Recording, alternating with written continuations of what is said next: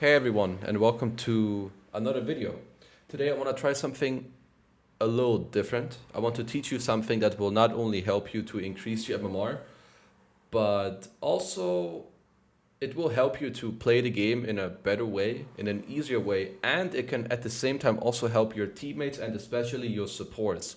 So today what I'm going to show you in a few different examples using Yatoro, Arteezy, No One, and BZM is that you can and should buy your own observer wards.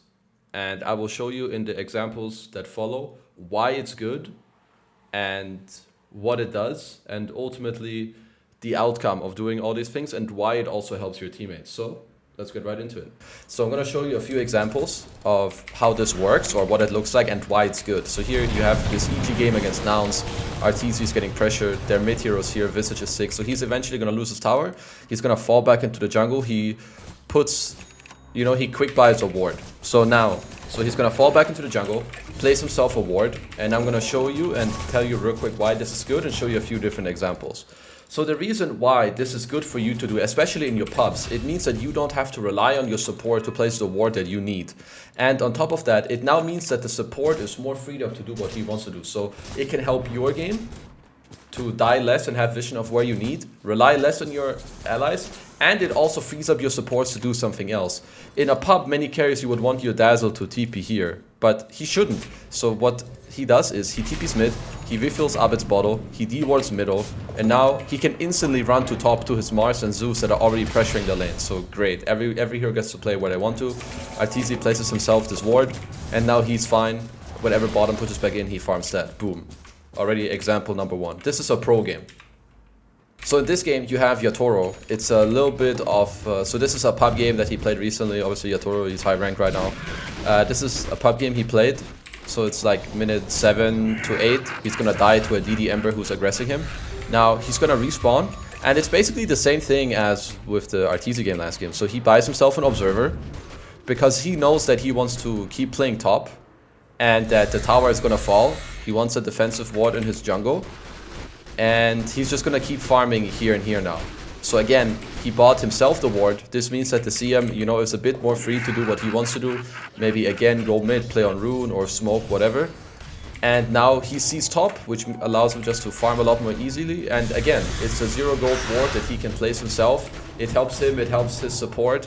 You want to play your areas as long as you can. And don't give up areas until they make you. I will call it make them make you leave. But that's going to be for another time. So here is the second time that you see a carry who buys his own ward. And let's say you're playing Ursa, TA, whatever. Then eventually when you go here, of course you want this to be warded and dewarded.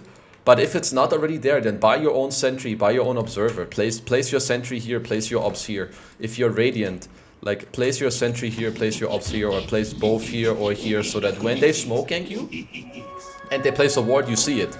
But you can do this yourself. Don't always rely on your teammates to do it. So yeah, now I'm going to show you 2 examples from mid. And obviously it's very known that the mid player buys his own ward at minute 0, right? You buy your 0-minute ward and you buy the 5-minute ward or whatever when you play mid because you need it. You want the ward early on.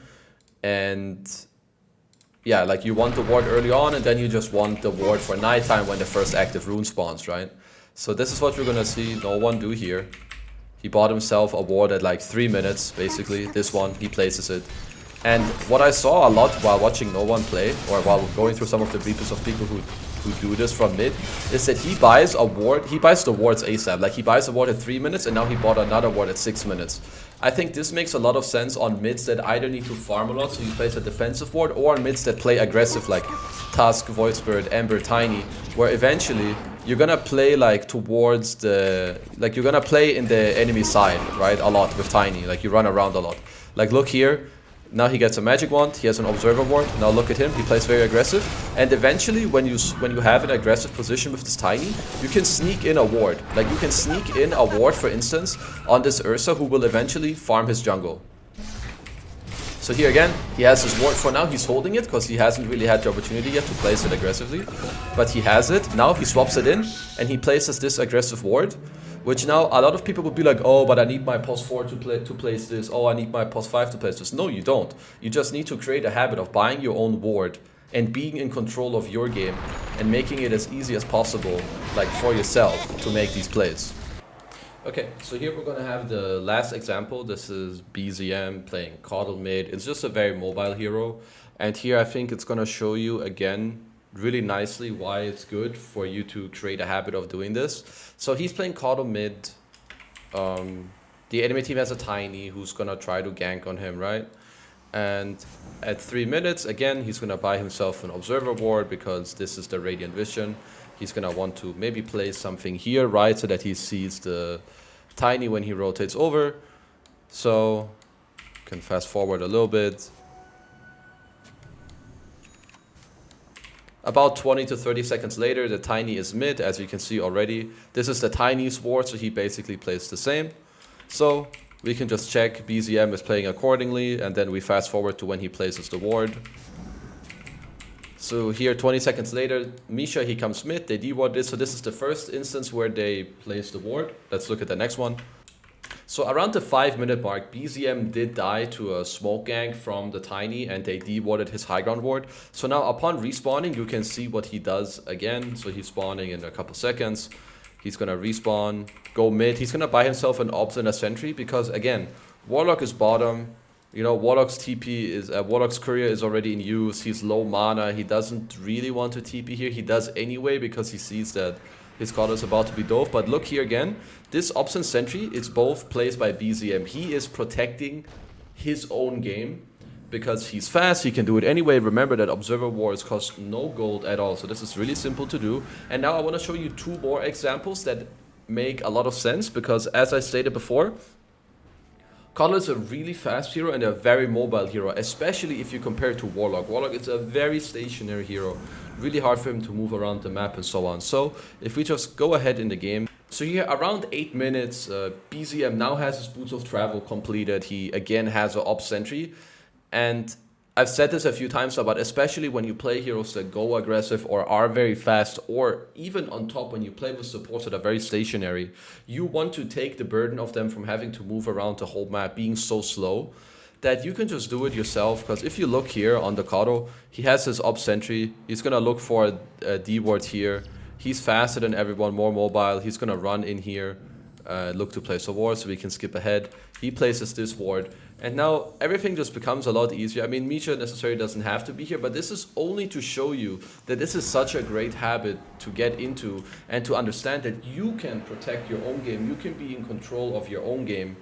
And if the rank 1, 2, 3, 4, like if the top players of the game are doing this, then you should as well. It will help increase your MMR. It will make your games easier. You will have less deaths. And ultimately, this will allow you to have more gold. More gold means more items means more MMR, and boom, take it from there.